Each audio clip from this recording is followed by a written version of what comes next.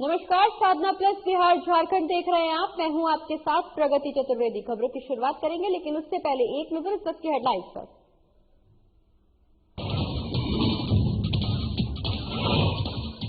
बिहार के मुख्यमंत्री नीतीश कुमार पहुंचे मुख्य सचिवालय। विभागीय अधिकारियों के साथ की बैठक। सीएम के साथ तमाम मंत्री रहे मौजूद।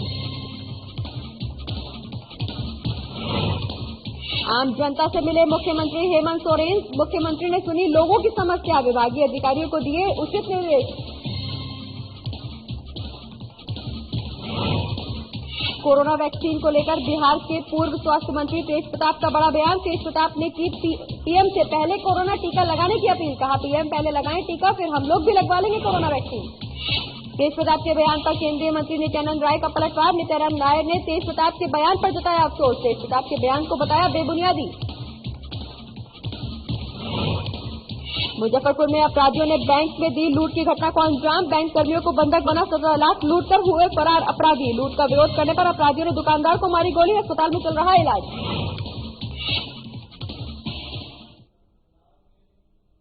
चलिए खबरों की शुरुआत करेंगे, जहां नए साल के पहले दिन मुख्यमंत्री नीतीश कुमार मुख्य सचिवालय पहुंचे थे। जहां मुख्यमंत्री ने मुख्य सचिवालय में साल के पहले दिन कामकाज करने के बाद ये कहा था कि वो अब अक्सर सचिवालय में आया करेंगे। हफ्ते भर बाद मुख्यमंत्री नीतीश एक बार फिर से मुख्य सचिवालय पहुंचे हैं, जहां पुराना सचिवालय स्थित कक्ष में सीएम नीतीश कुमार पहुंच अधिकारियों के साथ बैठक की। वहीं इसी के साथ नीतीश कुमार ने सिंचाई योजना की समीक्षा भी की। उनके साथ जल संसाधन मंत्री विजय कुमार चौधरी, वहीं ऊर्जा मंत्री विजेंद्र यादव, लघु जल संसाधन मंत्री संतोष सुमन और राज्य के मुख्य सचिव दीपक कुमार के साथ साथ अन्य विभागीय अधिकारी भी मौजूद रहे।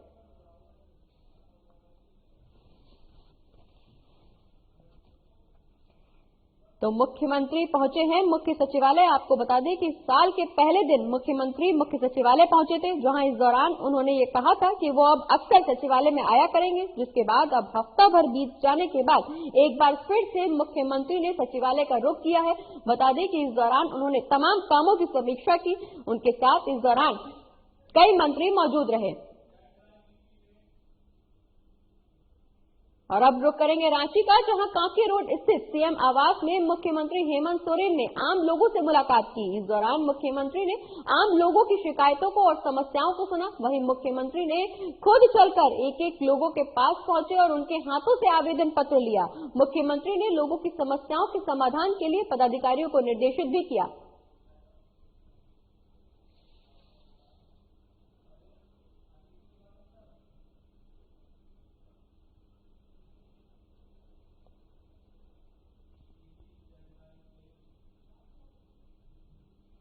और बिहार में बीजेपी की सहयोगी हिंदुस्तानी आवाम मोर्चा ने पश्चिम बंगाल विधानसभा चुनाव में उतरने का ऐलान कर दिया है। बिहार के पूर्व मुख्यमंत्री जीतन राम मांझी की पार्टी हिंदुस्तानी आवाम मोर्चा 26 सीटों पर चुनाव लड़ेगी। बता दें कि हम के पश्चिम बंगाल के प्रदेश अध्यक्ष कृष्णा सिंह ने शुक्रवार को पटना में ये ऐलान किया कि हिंदुस्तानी आवाम मोर्चा पश्चिम बंगाल में 26 सीटों पर विधानसभा चुनाव लड़ने के लिए तैयार है। इसके लिए पार्टी संगठन को बंगाल में मजबूत किया जा रहा है। वहीं गठबंधन की बात पर कृष्णा सिंह ने कहा कि अभी इसे लेकर कोई फैसला नहीं लिया गया है, लेकिन वक्त आने पर इस पर भी विचार किया जाएगा।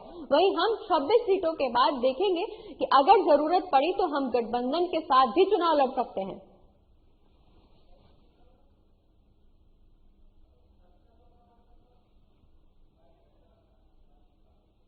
पश्चिम बंगाल स्टेट यूनिट के अध्यक्ष पद पर श्री कृष्णा सिंह जी को मनोनीत किया गया है। और श्री कृष्णा सिंह जी काफी एक्टिव और जुझारू और सामाजिक संगठनों से जुड़े हुए हैं।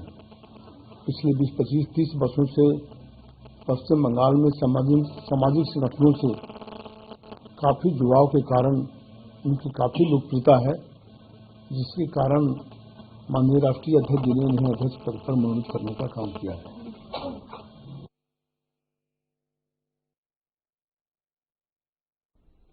और इसी के साथ हमारे साथ एक बार चर्चा में शामिल हो गए हैं हम के प्रदेश प्रवक्ता दानिश रिजवान। दानिश जी, बहुत बहुत स्वागत है आपका साधना प्लस न्यूज पर। जी धन्यवाद प्रगति जी। दानिश जी, पश्चिम बंगाल में चुनाव को अब कुछ ही समय बचा है, कितनी तैयार है आपकी पार्टी? क्या कुछ रणनीति रहेगी पश्चिम बंगाल में चुनाव के दौरान आपकी पार्टी की? देखिए, आज हम लोगों ने तय कर दिया है कि पश्चिम बंगाल की 26 सीटों पर हम विधानसभा का चुनाव लड़ेंगे।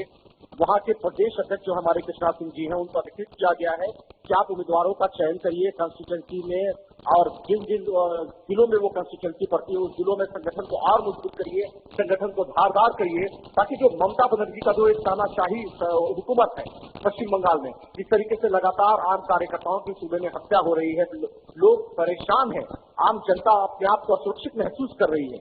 इन तमाम एजेंडों के साथ हमने तय किया है कि हम वहां 26 सीटों पर चुनाव लड़ेंगे और बंगाल को भय मुक्त शासन से मुक्ति दिलाएंगे।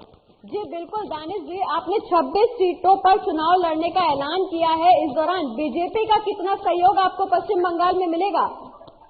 देखिए, भारतीय जनता पार्टी अपने हमारी एलआई है सिर्फ बिहार में है, वो पश्चिम बंगाल में फिलहाल हमारी कोई एलआई नहीं है। तो अभी हम भारतीय जनता पार्टी से किसी समर्थन की उम्मीद नहीं कर रहे हैं। हालांकि अभी वक्त है चुनाव में, अगर हमारी एनडीए की एलआई पार्टी हमारे साथ गठबंधन करने को तैयार है तो हम गठबंधन में भी वहां चुनाव लड़ सकते हैं। जी बिल्कुल दानिश जी, इस दौरान जैसे आपने बताया कि गठबंधन की अगर जरूरत पड़ी तो गठबंधन पर भी विचार विमर्श किया जा सकता है। इस दौरान उन गठबंधन को लेकर कृष्णा सिंह ने कहा है कि अभी फैसला नहीं किया गया है, क्योंकि ये ऐलान किया गया है कि 26 सीटों पर विधानसभा चुनाव लड़ने को तैयार है। कितनी टक्कर, क्योंकि ऑलरेडी वहां पे ममता बनर्जी हैं, मौजूद हैं, बंगाल में उनकी सियासत है, फैन फॉलोइंग भी अच्छी है, आपकी पार्टी कैसे टक्कर देगी ममता बनर्जी को? देखिए, हमने स्पष्ट तरीके से कहा कि हम वहां सुशासन की स्थापना करेंगे और आम जनता का जो सुरक्षा का सबसे बड़ा मुद्दा है पश्चिम बंगाल में, उस मुद्दे को लेकर हम आगे बढ़ रहे हैं। तो निसंदेह जब जनता को ऐसा लगेगा कि हम उनको सुरक्षा दे पाएंगे तो वो हमारे साथ आएंगे, तो हम उसी मुद्दे के सहारे आगे बढ़ रहे हैं। लेकिन दानिश जी, इस दौरान क्या पश्चिम बंगाल की जनता का समर्थन आपको मिल पाएगा? कितनी कड़ी चुनौती होगी वहां की जनता का समर्थन बटोरना? प्रगति जी, निसंदेह पश्चिम बंगाल की जनता हमारे साथ होगी। हम मजबूती के साथ वहां चुनाव लड़ेंगे, जनता के मुद्दे के सहारे चुनाव लड़ेंगे। जी बिल्कुल दानिश जी, जैसा कि आपने बताया कि जनता के भरोसे को लेकर के आगे बढ़ेंगे। बहुत बहुत शुक्रिया दानिश जी हमारे साथ चर्चा में जुड़ने के लिए और अपनी बात इस पर हमारे साथ रखने के लिए। तो 26 सीटों पर चुनाव लड़ने की तैयारी कर रही है हम पार्टी। आपको बता दें कि 26 सीटों पर पश्चिम बंगाल में चुनाव लड़ेगी, इसका ऐलान कर दिया है हिंदुस्तानी अवाम मोर्चा ने। तो पश्चिम बंगाल की चुनाव को लेकर तैयारियां पूरी कर ली गई हैं, वहीं बंगाल चुनाव को लेकर हम पार्टी भी पूरी तरह से तैयार है। आपको बता दें कि हमने 26 सीटों पर चुनाव लड़ने का ऐलान कर दिया है। और इसी के साथ खबरों में आगे बढ़ेंगे, लेकिन फिलहाल वक्त एक छोटे से ब्रेक का, जल्द लौट रहे हैं।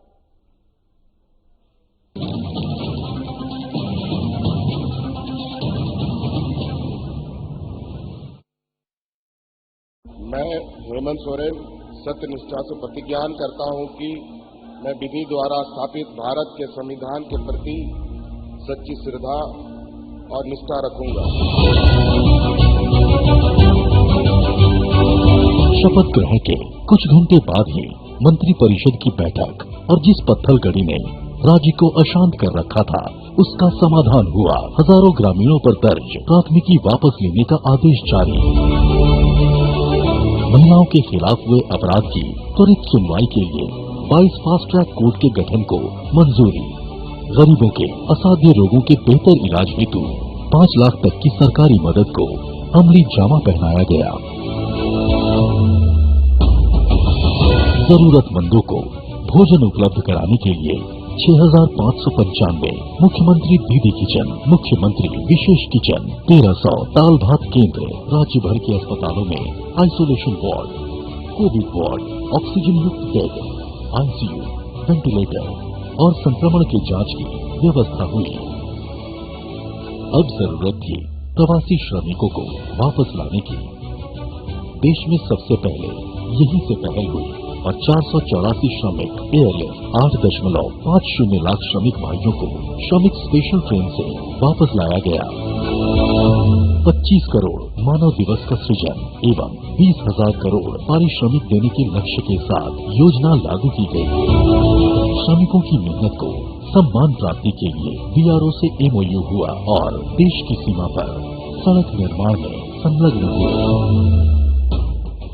झारखंड की भावना को प्रतिबिंबित करने वाले राज्य के नए प्रतीक चिन्ह का अनावरण हुआ। महिला सशक्तिकरण की दिशा में फूलो झालो आशीर्वाद योजना के जरिए शराब हंडिया के निर्माण और बिक्री में शामिल महिलाएं अपने जीवन में बदलाव की प्रेरक कहानियां कह रही हैं। 26,000 सखी मंडल की बहनों को बैंक लिंकेज के माध्यम से 370 करोड़ एवं 111 कुशल नर्स को देश के बड़े अस्पतालों में नियुक्त किया गया। इस कड़ी को और सशक्त करते हुए 22 युवतियों को कपड़ा उद्योग में नौकरी दी गई। खेल के क्षेत्र में विश्व भर में परचम लहराने वाले झारखंड को 30 साल बाद 24 जिला खेल पदाधिकारी मिले, उनकी नियुक्ति सुनिश्चित हुई। इस तरह झारखंड अपने सीमित संसाधनों के साथ विकास के सभी सोपान तय कर रहा है ताकि राज्य की समृद्धि एवं समावेशी विकास की परिकल्पना को साकार किया जा सके।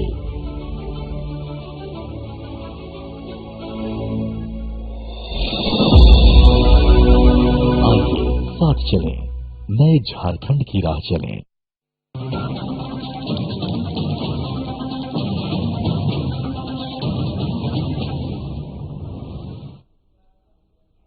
और ब्रेक के बाद एक बार फिर से स्वागत है आपका। खबरों में आगे बढ़ते हैं, जहां कोरोना वैक्सीन को लेकर देश में चल रही सियासत के बीच लालू यादव के बड़े बेटे तेज प्रताप यादव ने बड़ा बयान दिया है। बता दें कि तेज प्रताप यादव ने इस दौरान कहा कि उन्हें कोरोना वैक्सीन लेने से कोई गुरेज नहीं है, लेकिन शर्त यह है कि प्रधानमंत्री पहले कोरोना का टीका लगवा ले। तेज प्रताप यादव ने कहा कि पीएम मोदी अगर टीका लगवा लेते हैं तो वो भी कोरोना वैक्सीन ले लेंगे। आपको याद दिला दें कि कोरोना वैक्सीन को लेकर यूपी के पूर्व मुख्यमंत्री और सपा अध्यक्ष अखिलेश यादव का बयान सबसे विवादित तौर पर सामने आया था। उसके बाद देश भर में कोरोना वैक्सीन को लेकर कुछ विपक्षी नेता और सत्ता पक्ष के लोग आमने सामने आ गए हैं। वहीं विपक्ष के कई नेताओं का कहना है कि सरकार कोरोना वैक्सीन के ऊपर विश्वसनीयता बनाए रखने के लिए सबसे पहले सत्ता पक्ष के लोगों को टीका लगवाए। वहीं तेज प्रताप यादव ने भी इसी कड़ी को आगे बढ़ाते हुए पीएम मोदी को कोरोना वैक्सीन लेने की सलाह दी है।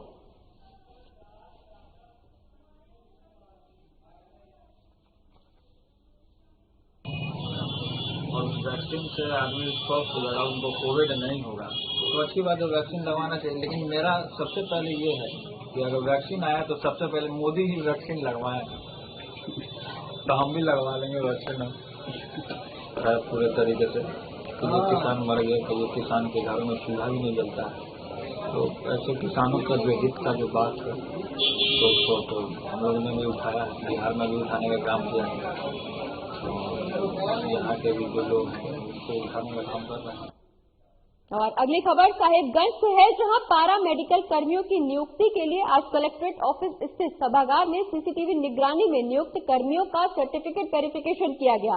इस दौरान जिला प्रशासन की तरफ से प्रशिक्षु डिप्टी कलेक्टर और स्वास्थ्य विभाग की तरफ से दंड अधिकारी प्रतिनियुक्त किए गए। वहीं जिन्होंने बारी बारी से एएनएम का सर्टिफिकेट वेरिफिकेशन किया। स्वास्थ्य विभाग से मिली जानकारी के मुताबिक आज 74 एएनएम को सर्टिफिकेट का वेरिफिकेशन किया जाएगा। बता दें कि पारा मेडिकल नियुक्ति के लिए एनएम का सर्टिफिकेट वेरिफिकेशन और बाकी सभी कर्मियों के प्रमाण पत्र का सत्यापन 9 जनवरी को कलेक्ट्रेट ऑफिस स्थित सभागार में आयोजित है। वहीं इस संबंध में आज उपायुक्त रामनिवास यादव ने सर्टिफिकेट वेरिफिकेशन स्थल का निरीक्षण किया, वहां सत्यापन के लिए आए कर्मियों से मुलाकात की। वहीं इस दौरान उन्होंने कर्मियों से उनका हालचाल जाना और नियुक्ति की प्रक्रिया से संबंधित जानकारी लेते हुए उन्हें संबंधित स्थान पर धैर्य बनाए रखने का आग्रह किया।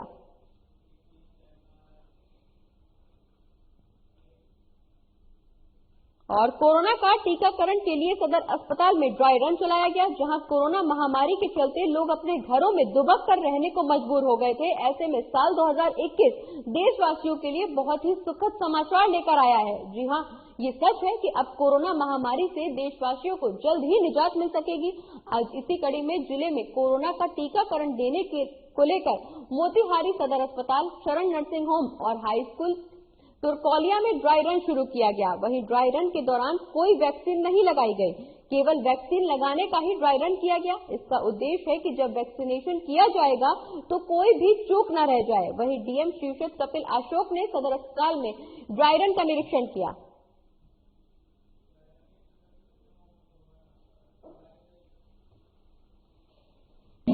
भारत सरकार स्वास्थ्य मंत्रालय और बिहार सरकार के द्वारा जो है ड्राई रन कोविड-19 के जो वैक्सीन देने हैं हमको, जो हेल्थ वर्कर्स है उसके लिए किया गया है। कोविन करके जो सॉफ्टवेयर डेवलप किया गया है भारत सरकार स्वास्थ्य विभाग की तरफ से, स्वास्थ्य मंत्रालय की तरफ से, उसमें जो है जो भी हेल्थ वर्कर्स आएंगे उनको जो है उसको एंट्री करनी है। तो आपको बता दें कि मोतिहारी में कोरोना वैक्सीन का ड्राई रन किया गया। बता दें कि सदर अस्पताल में टीकाकरण के लिए ड्राई रन चलाया गया, जहां कोरोना महामारी के चलते लोग अपने घरों में कैद हो गए थे। ऐसे में साल 2021 सभी के लिए खुशखबरी लेकर आया है। बता दें कि इस दौरान कोरोना महामारी से देशवासियों को जल्द ही छुटकारा मिल पाएगा। इसी कड़ी में जिले में कोरोना का टीकाकरण देने को लेकर मोतिहारी सदर अस्पताल, सरन नर्सिंग होम और हाई स्कूल तुरकौलिया में ड्राई रन शुरू किया गया। वहीं ड्राई रन के दौरान कोई वैक्सीन नहीं लगाई गई, केवल वैक्सीन लगाने का ही ड्राई रन किया गया। और इसी के साथ खबरों का सिलसिला लगातार आगे भी जारी रहेगा, लेकिन फिलहाल वक्त एक छोटे से ब्रेक का, जल्द लौट रहे हैं।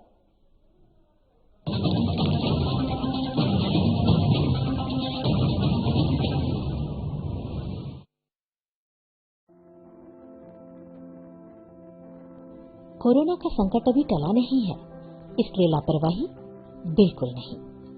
जब भी घर से बाहर निकले मास्क जरूर लगाएं। दूसरी बात, एक दूसरे से कम 2 गज की दूरी बनाएं। और तीसरा, अपने हाथों को साबुन से अच्छी तरह बार बार धोएं। यदि हम इन सभी मुख्य बातों पर अमल कर लें तो कोरोना वायरस के संक्रमण से बच सकते हैं और हमारा राज्य कोरोना मुक्त हो सकता है। मेरे प्यारे झारखंड वासियों, कोरोना का जंग अभी जारी है। हम और आप मिलकर ही इस जंग को जीत सकते हैं। इसलिए सरकार द्वारा दिए जा रहे निर्देशों का पालन करें और विश्वास रखें, हम और आप मिलकर जरूर इस जंग को जीतेंगे। सूचना एवं जनसंपर्क विभाग, झारखंड सरकार द्वारा जनहित में प्रसारित।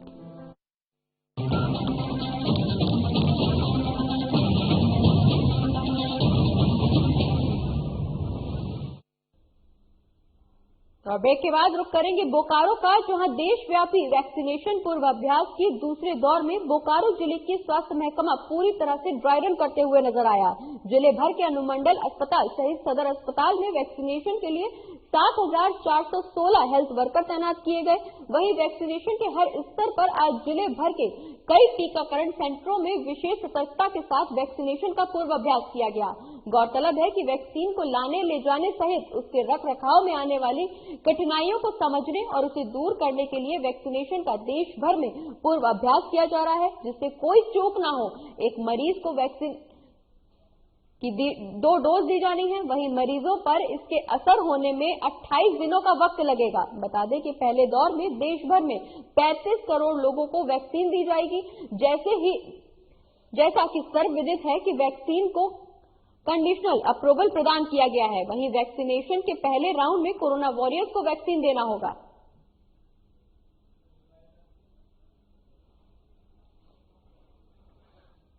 मतलब उसका रिहर्सल कर रहे हैं कि जब कोरोना का टीका आ जाएगा तो किस ढंग से पड़ेगा, कैसे लोग एंट्री करेगा, कौन देगा, उसका हम लोग जो है ना आज उसका रिहर्सल कर रहे हैं। गेट पर आदमी बैठा है जो सैनिटाइजर, मास्क और थर्मल स्कैन लेके, वो जो है वो पहले उसको जो आएगा लाभार्थी उसका जो है ना देखेगा, कंफर्म करेगा आधार कार्ड के आधार पर। उसके बाद वो यहाँ जो कंप्यूटर लेके जो बैठेंगे तो उसको यहाँ कंप्यूटर में उसका नाम एंट्री करेंगे। उसके बाद जो है ना वो जो वैक्सीनेशन रूम है उसमें सिस्टर जो है ना उसको कोविड का टीका देगी। और अब बात गुमला की करेंगे, जहां घाघरा थाना क्षेत्र में हत्या का दौर रुकने का नाम नहीं ले रहा। दरअसल आए दिन हत्याएं हो रही हैं, वहीं हत्या को रोकने में पुलिस नाकाम साबित हो रही है। ताजा मामला घाघरा प्रखंड मुख्यालय के पुराने पेट्रोल पंप के पीछे हथा जोड़ा के पास का है, जहां 35 साल के इटकिरी ग्राम निवासी अर्जुन महिली की हत्या कर दी गई। वहीं अज्ञात अपराधियों ने हत्या कर दी। घटना को लेकर ग्रामीण आक्रोशित होकर सड़क जाम करने पहुंच गए। वहीं इस हत्या से परिजनों का रो रो कर बुरा हाल है। बता दें कि मृतक के परिजनों ने बताया कि किसी से कोई दुश्मनी नहीं थी। घटना की सूचना मिलते ही एसडीपीओ मनीष चंद्र लाल ने घटना स्थल पर पहुंचकर पूरे मामले की जांच शुरू कर दी है। बता दें कि मृतक अर्जुन महली जेएमएम कार्यकर्ता थे और महाली समाज के जिला सचिव भी थे।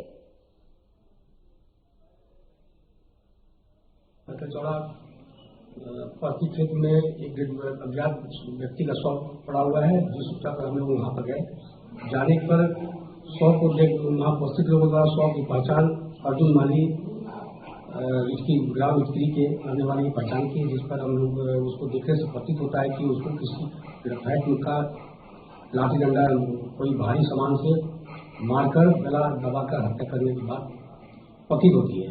इस संबंध में उनके परिवार वालों से पूछताछ किया जा रहा है, जांच की जा रही है और प्राथमिकी दर्ज की जा रही है।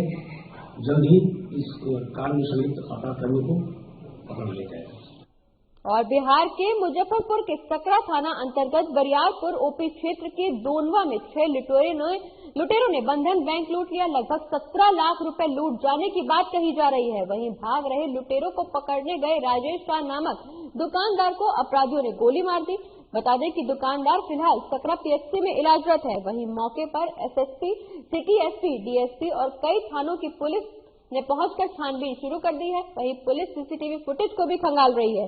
जानकारी के मुताबिक 12:30 पर 3 बाइक पर सवार 6 अपराधी बंधन बैंक पहुंचे, जहां बैंक कर्मियों को हथियार के बल पर कब्जे में लिया और कैशियर से 17 लाख रुपए लूट लिए। इस दौरान अपराधियों ने कई राउंड फायरिंग भी की। वहीं डीएसपी मनोज पांडे ने बताया कि हम लोगों को सूचना मिली थी कि 4-5 की तादाद में अपराधियों के द्वारा बंधन बैंक से लूट की घटना को अंजाम दिया गया है और कई राउंड फायरिंग की गई है, जिसे लेकर सभी बिंदुओं पर जांच की जा रही है। जांच करने के बाद ही मामले का खुलासा हो पाएगा।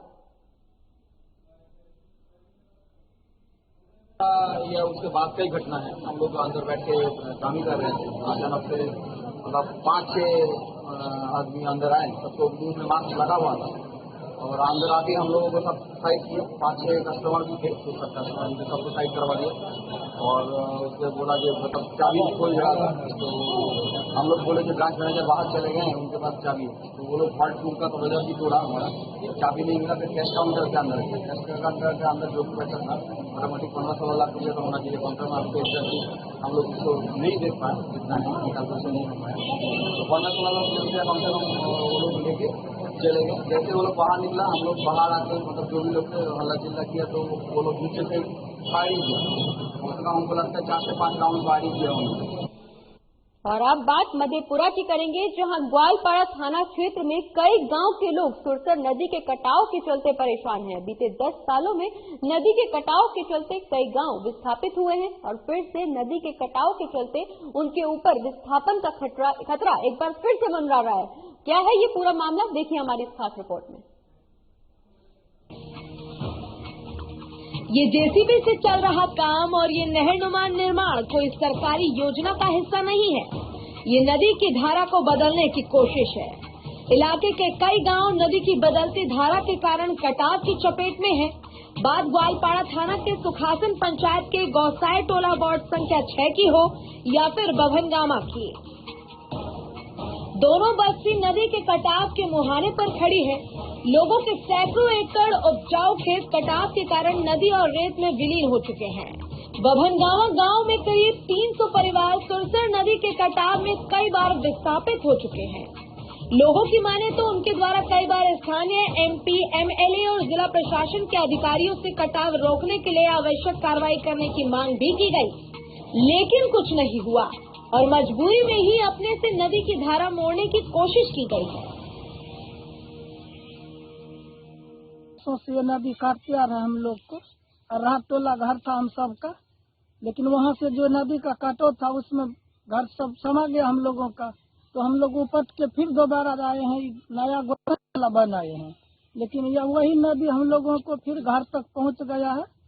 कुछ हम लोग काम किए हैं, जेसीबी से लेबर लगवा करके हम काटो को कुछ बंद किए हैं, लेकिन कुछ अभी बाकी है। अभी पानी बहुत कम है नदी में, अभी बांध बांधने से हम लोगों का घर द्वार बच सकता है इसमें। पंचायत के मुखिया भी बताते हैं कि एक दशक में 2 बार इस गांव के लोग विस्थापित हो चुके हैं। एक बार फिर नदी इनके नई बस्ती के पास पहुंच चुकी है। कई बार इस संकट के बारे में स्थानीय जनप्रतिनिधियों और प्रशासन के लोगों को अवगत कराया गया है, लेकिन कार्रवाई नहीं होने पर लोगों ने खुद से ही नदी का रुख मोड़ने का प्रयास किया। यदि सरकार और प्रशासन भी थोड़ा ध्यान दे तो सैकड़ों लोगों के घरों को कटाव से बचाया जा सकता है। वहीं इस मामले को लेकर सीपीआई नेता ने भी प्रशासन से ठोस पहल की मांग की है। 10 वर्षों से ये नदी जो है अपना जो दिशा की वजह से बस्ती का कटाव जारी किया हुआ है, लेकिन कुछ ग्रामीण और कुछ ऐसे समाजसेवी व्यक्ति हैं जैसे कि पिंटू कुमार जो अपने स्तर से काम करवाए, जेसीबी लगवा करके लेबर लगवाए, दिशा को मोड़ने का प्रयास किए। इसके लिए हम लोग भी आवेदन दिए, विधायक जी को भी दिए, जिला पदाधिकारी महोदय को भी दिए, सीओ साहब को भी दिए, तो उनकी सुनवाई नहीं हुई। हम लोग चाहते हैं कि किसी तरह से बस्ती को कटने से रोके और यहाँ कोई भी ऐसी सरकारी स्कीम हो कि यहाँ किया जाए ताकि बस्ती को कटने से रोका जाए। और पिछले दिन भी आप आलमनगर और चौसा प्रखंड में आप फुलौत और मुरौत में सैकड़ों परिवार कटाव से कोसी नदी में विलीन हो गया। आज तक उस कटाव पीड़ित परिवार को पुनर्वासित नहीं किया गया, जबकि लाखों करोड़ों रुपया उसके नाम पर जो है तो लुटा दिया गया। वही स्थिति गोलपाड़ा प्रखंड के इस बभनगामा गांव में है। लगातार कटाव हो रही है, लोगों ने आवेदन दिया है, आवाज उठाई है, लेकिन जिला प्रशासन संवेदनहीन बनी हुई है। हम कहना चाहते हैं कि जिला प्रशासन शीघ्र संज्ञान ले और इस कटाव पीड़ितों को बचावे। ग्वालपाड़ा के कटाव पीड़ितों के सवाल पर जिला के उप विकास आयुक्त ने बताया कि नदी के कटाव से गांव को बचने के लिए कटाव रोधी कार्य के लिए संबंधित विभाग को निर्देश दिए गए हैं। बहरहाल सरकार और जिला प्रशासन के हर दावे से हटकर मधेपुरा जिले के कटाव से पीड़ित परेशान है। बात चाहे कोसी दियारा की हो या फिर कोसी के सहायक नदियों के कटाव पीड़ितों की। अब देखना है कि कब तक ग्वालपाड़ा के कटाव पीड़ित गांव में कटाव रोधी कार्य सरकारी स्तर पर शुरू होते हैं। मधेपुरा से साधना प्लस न्यूज के लिए रमन कुमार की रिपोर्ट।